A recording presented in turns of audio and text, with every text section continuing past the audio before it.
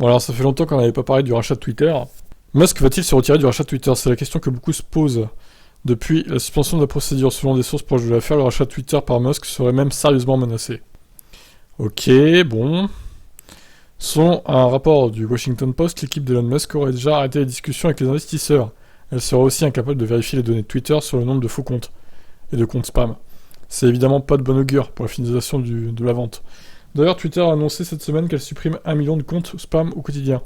La société a aussi révélé que 5% des 229 millions d'utilisateurs actifs étaient des faux comptes ou des comptes spam au cours du premier trimestre de l'année. Des sources proches de l'affaire ont confié au Washington Post que le rachat de Twitter est sérieusement menacé. Twitter prévoit cependant de conclure l'accord. Une assemblée spéciale avec les actionnaires doit se tenir à la fin du mois. Les actionnaires du réseau social se réuniront pour voter et approuver le rachat de Musk. En attendant, de plus en plus de personnes craignent que le milliardaire américain se retire de l'accord. Ça ne serait néanmoins pas si simple. Des procédures judiciaires seront engagées s'il annule l'achat. La réalisation de l'accord pourrait même lui coûter 1 milliard de dollars.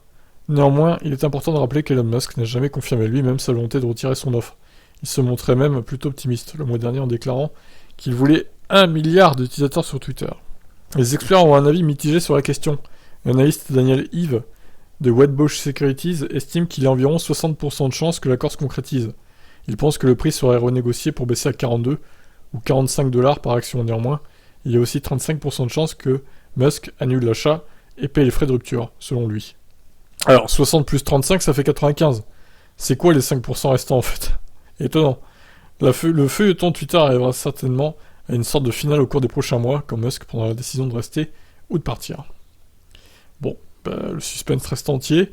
Bon alors, le titre est un peu putaclic, c'est pas sérieusement menacé, il y a encore 6 chances sur 10 que le rachat se fasse, selon lui. Mais bon, plus le temps passe, plus on a le droit de douter, effectivement. Vous en pensez quoi? Est-ce que ça va se faire selon vous? Ciao.